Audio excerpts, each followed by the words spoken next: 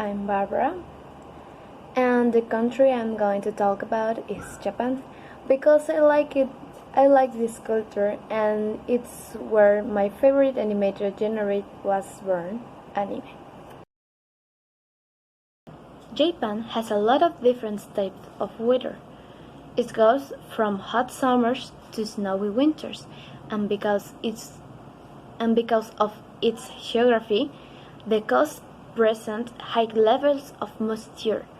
Obviously, while the big cities and some rural towns show wild weather most of the year, depending on the station, of course. Japan's population is around 126 million of people, and their type of government is a weird mixture between a monarchy and democracy called constitutionally monarchy. Because even though there is an empire, it's limited and has also the responsibility to practice on ceremonial duties, while the laws are handled just like here in Mexico, with the three branches of power: the executive, legislative, and judicial branches of power.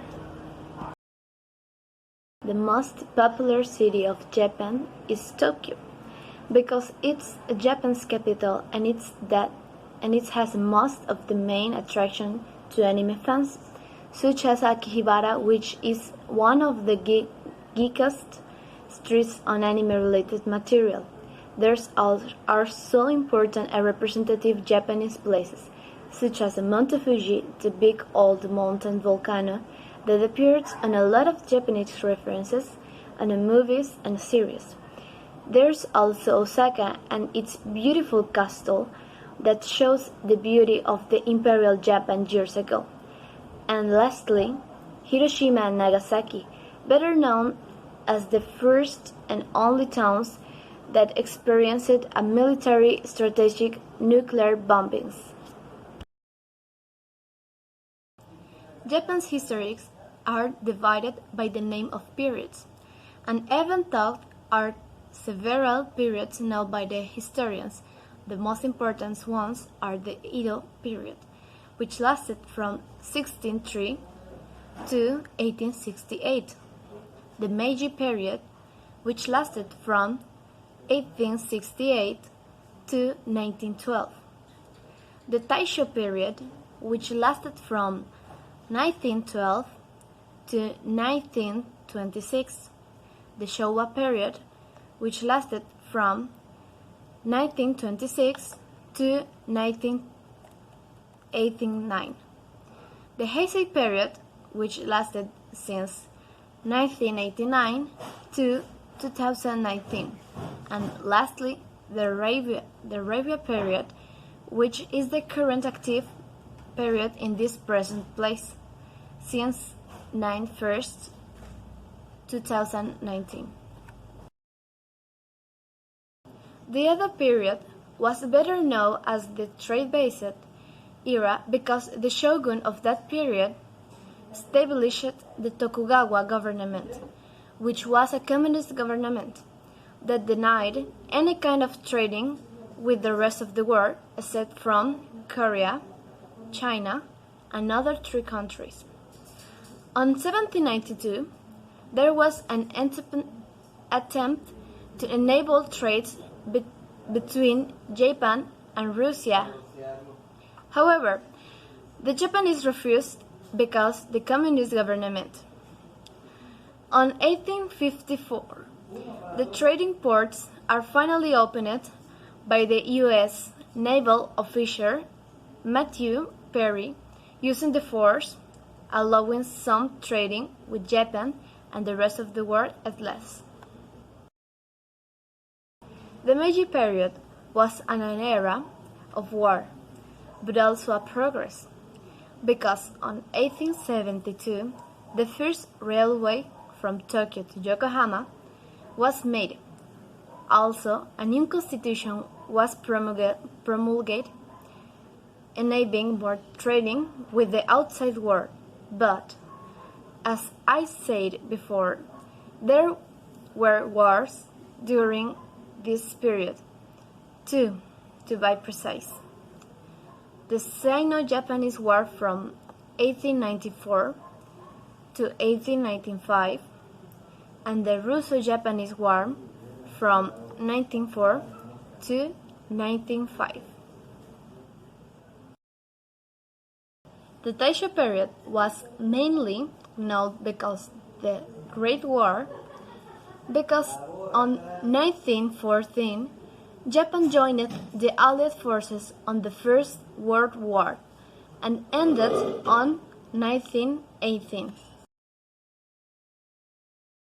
The Showa period is one of the most important areas of all time to Japanese people because it was the period when the Japanese abandoned their violent ways and joined the New World to find progress, prosperity, and peace. In 1945, Japan surrendered after the nuclear bombings to Hiroshima and Nagasaki, and they lost the Second World War. But then, in 1946, Japan's new constitution got implemented adopting a more free types to government. And in 1952, Japan finally was left without Allied forces to occupy it, and even better, in 1972, Japan finally became part of United Nations. The last period, the Reiwa period, there hasn't been much activity since it's been only a year, but there is one event that is remarkable on this period, and it's the 2020 pandemic of COVID-19. Japan's gastronomy is very rich, delicious, flashy, and extravagant. As well, most of Japan's main attractives on food are rice, noodles, seafood, and sweets. Here are some examples. The ramen is a dish that looks kind of similar to the Mexican pozole, but it has many ways to serving it. The main ramen dish is a bowl of noodles and a soup with some toppings including eggs, pork, narutomaki, seaweeds, and different germinates. There are several types of ramen, and then change one thing or more to change the flavor completely, which can be change the soup, change the type of noodles, change pork for chicken, make it vegan, and others. Sorry. There are lots of making a ramen just the way you like it. The American sushi is very famous, which is the one that comes in roll of rice filled with chicken, fish, and vegetables, including seaweed. However, the Asian sushi is a very different from the one we know here.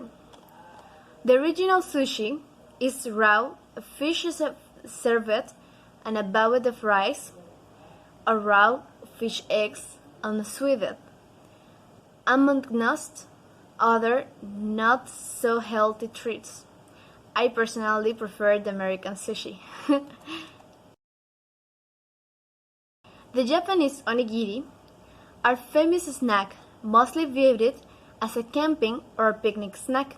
It's basically a triangle of rice, sometimes filled with sweet or salty treats, and always had a sweetie on the bottom to give it a sea flavor touch. The takoyaki is a mystery snack.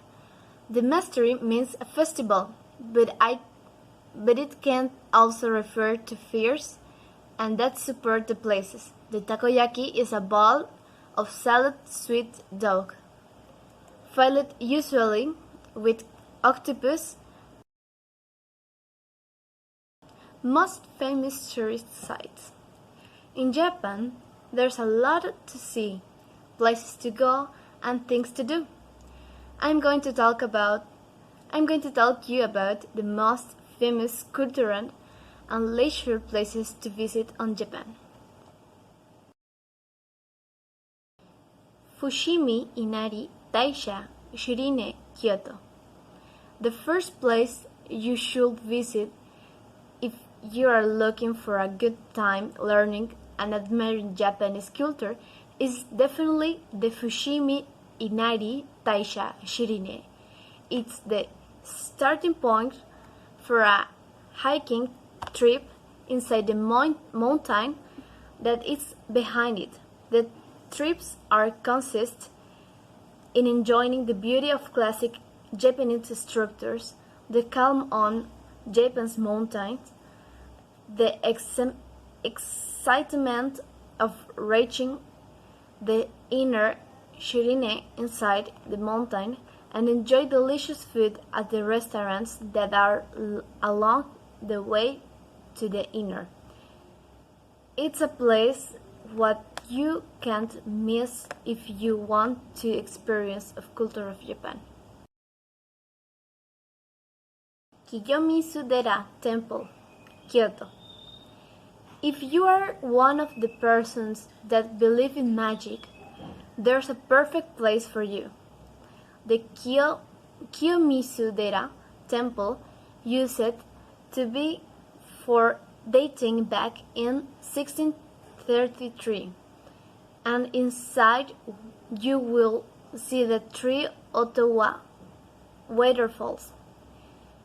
It is said that whoever drinks from these waterfalls will have its wishes granted, so it's a good place to enjoy some magic and refreshing. Manga Art Hotel Tokyo. If you love comfort and manga, I have good news for you. On the city of Tokyo, there is a Manga Art Hotel, which works as a normal hotel, rooms, room service, cafeteria, elegant hall, and a lobby.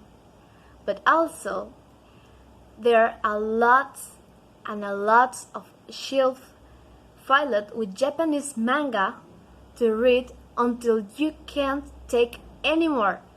It's a jewel for the fans of Japanese entertainment, and they call it